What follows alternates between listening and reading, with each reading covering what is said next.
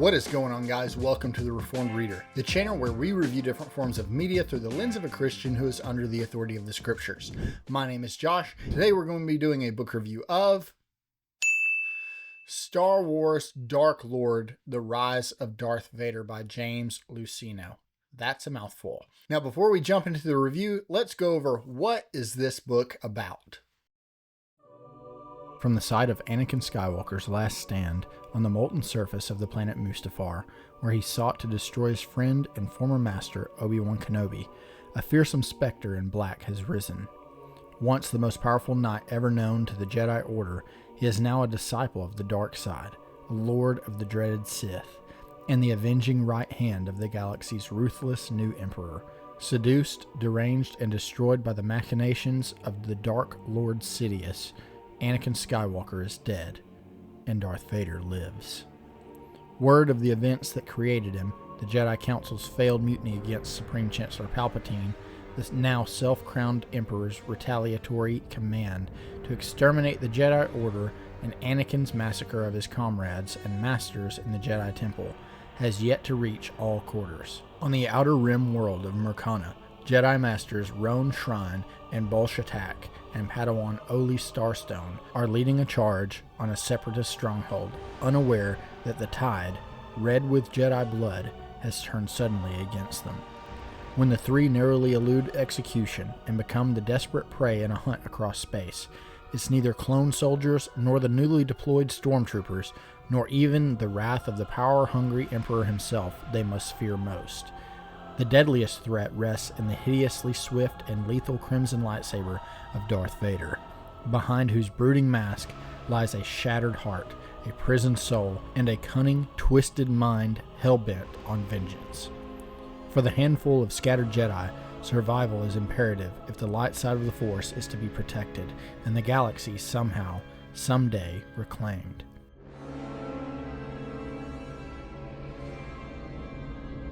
Alright guys, so for those of you who are new, the way that I normally structure my reviews is I go over the good, the bad, and the ugly. The good being the things about the book that I enjoyed, the bad being the things that I didn't care so much for, and these are preferential things. But then I go over the ugly, which is what could be some sin that is steeped into this work that might hold a Christian back from picking it up. So without any further ado, let's go over the good. So what are some things about this book that I enjoyed? There's quite a bit. Now, just for full transparency, I did listen to this over audiobook, and I read this as a buddy read with some close friends of mine. So with that being said, there's quite a bit about this book that I did enjoy. So what did I like about this book? First and foremost, Darth Vader. To me, he's the ultimate villain. I've always loved Darth Vader. I had and have a great affinity for the Star Wars universe ever since I was a little kid, and Darth Vader has always been sort of that symbol of evil, at least, obviously until you get to the third movie, but he's always been that quintessential villain. So I've always absolutely loved Darth Vader, and getting to learn more about his backstory, and not just backstory, but some of the things that he's dealing with internally were exceptional. I do want to say that the chapter that goes over his internal struggles and sort of the internal monologue of what he is having to suffer through by being in this suit, how he's constantly uncomfortable, how all of the areas where his limbs have been cut off and are now being fused with metal constantly ache and never heal. And if he turns the wrong way, it's constantly re-tearing these wounds, and then the suit itself on the inside is constantly brushing against the skin, making his skin feel like it's crawling with insects, and there's numerous other descriptors there that get us to understand and have us empathize with him about the pure misery that he is now going through because of the transformation that he chose to make. I mean, he's truly, truly suffering, and very much like Job in that sense, not in his character, but in how he suffers. He's obviously suffering physically and mentally, emotionally, spiritually. I mean, he is just absolutely destitute. And I'm really surprised that at no point in the book did it mention that he was longing for death or to be put out of his misery. And the only thing that I think is keeping him from that revelation is his desire for power and his desire to overthrow the emperor, to become more powerful through the Force and more powerful in the Force so that he can destroy the Emperor and rule the galaxy. So that chapter, which is not very long, but it is one of my favorite chapters in any book that I've ever read. Getting to finally not just see and hear, but to understand the misery that he is going through. And it makes him miserable. It definitely helps me as a lover of the franchise realize the transition from Vader that we get at the end of episode 3 into the Vader that we get into episode 4, because it's a pretty stark transition. And now you see why. If you're in a perpetual state of agony, yeah, it's probably going to mess with your psyche quite a bit. So really loved that. Pretty much any of the parts of the book that revolved around Vader or Palpatine, absolutely loved, was 10 out of 10. But unfortunately, I only gave this book about a 6.5 out of 10. And it's because the other half of the book, talking about the Jedi Shrine or Starstone, that side of the story, I was not interested in. And it's not because it was poorly written, because James Luceno is one of my favorite Star Wars authors. I mean, he wrote Darth Plagueis, which is by far my favorite Star Wars novel, and it's one of my favorite novels ever. But I understand why it was in there. It was in there because we had to have an antagonist, because our protagonist was really Vader, even though a lot of people would say our protagonist was Shrine and the other Jedi and the rebels. But it's really Vader is our protagonist, but he needed someone to pursue. So I understand that. It just didn't really land for me. I had no investment in these characters. Now, it could be because I was unaware at the time that this is part of a series or a trilogy, I think. And so maybe they were introduced in one of the other books. You can read this as a standalone, but I just wasn't invested in the characters, kind of didn't care about the characters. So I didn't, when good or bad things happen to them, I was just indifferent. And so because of that, the whole time that I was reading those sections of the book, I was really just like, I want to get back to Darth Vader. I want to get back to his story. I definitely want to be focused on Vader. And so let's just kind of blend that into the next section, which is the bad. What were some things about the book that I didn't enjoy? I've already mentioned the stuff with Starstone and Shrine. Just not really a fan. Even the parts with Bail Organa, it was fine, but to me, I didn't need it. I just didn't need all the extra. I understood it. The only cool part with Organa, and this is not a spoiler, but there's a scene where Vader had the opportunity to interact with his infant daughter. That was a pretty cool, scene of tension, but I think we could have still had that without having to, talk about Organa throughout several other chapters. To me, it was just kind of inconsequential to the overall story. The other things I didn't like, and again, this is because I'm listening to it over audiobook, was the narrator did a fairly decent job, but when it came to the voice of Vader, when I first heard it, it was very jarring, because you're just expecting James Earl Jones, and that's not what you get.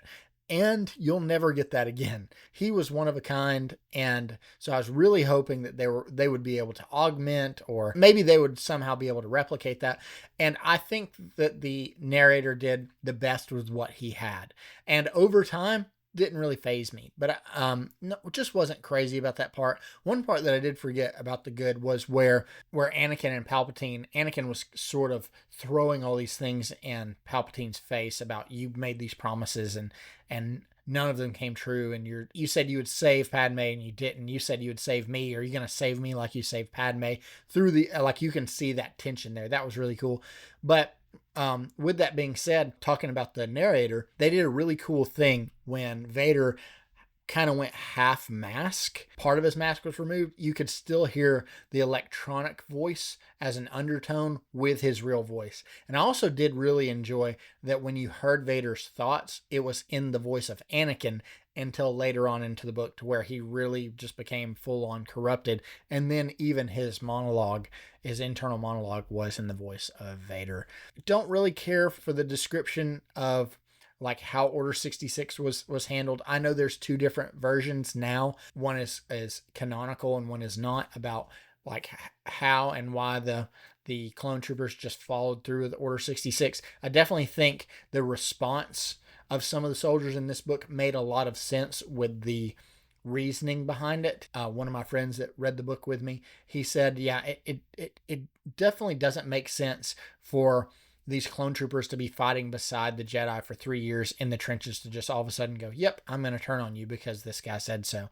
That's not really realistic. And so to see some that would rebel or that would reject Order 66 was pretty cool. But otherwise, I didn't really have anything to complain about. So this leads me into the next category, which is the ugly. What are some things that could be steeped in this book that might hold a Christian back from picking it up? And I break this down into 5 categories and rate them out of 10. The first being violence and brutality. Now, for violence and brutality, I gave this a 6. I'm going to go through these pretty quickly because it's Star Wars. Yeah, it's a little more brutal than your average Star Wars movie, but in general, I'd say it's on par. Pretty much everything is on par. So I'm just going to kind of lay it out fairly quickly. So for violence and brutality, if you were fine with the movie, I think you'll be fine with the book. So wasn't anything glaring.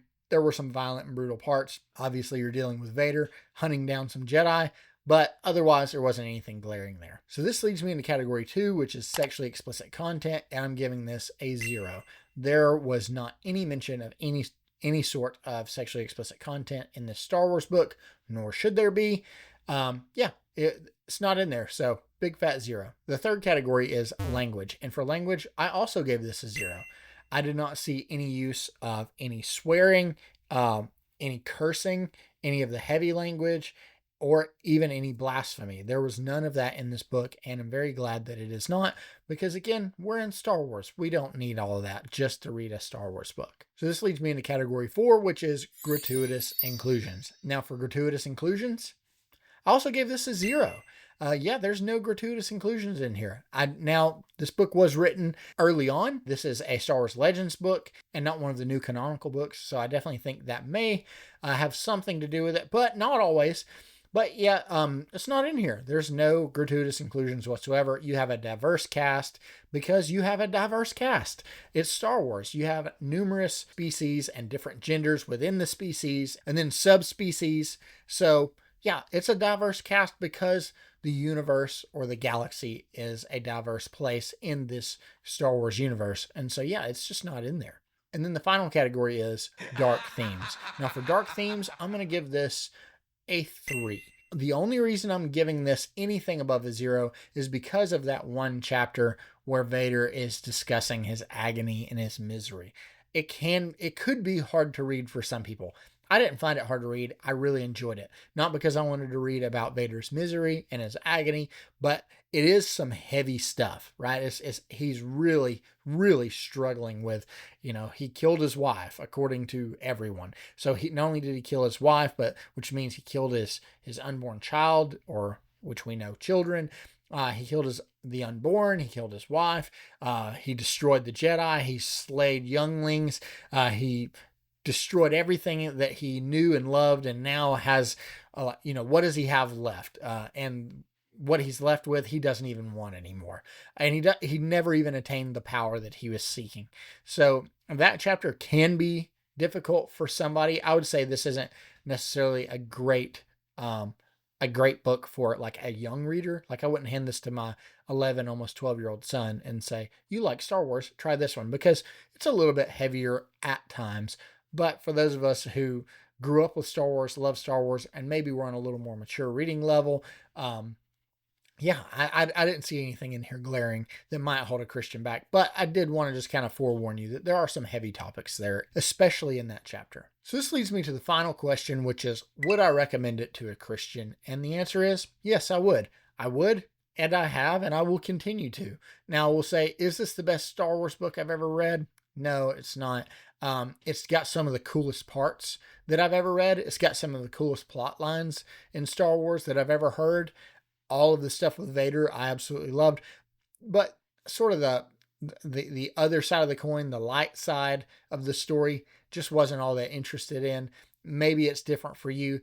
But for me, if I'm reading a book that is titled Dark Lord, The Rise of Darth Vader, I predominantly want to learn about the Dark Lord, Darth Vader himself, not necessarily go on a journey with some Jedi. I want to go on a journey against some Jedi. So it was good, not great. Definitely worth reading, and I've read worse in the Star Wars universe, especially in the Legends series or the extended universe, whatever you want to call it. But I will say, yeah, it's definitely worth the read, especially if you want to get some of that backstory or think, how could Anakin not hate Palpatine for this, and how could there not be that conflict? Like, how could they not actively have conflict? It's in there. It's in this book. And so that was really cool to see. But overall, yeah, I enjoyed it. I gave it a 6.5 out of 10.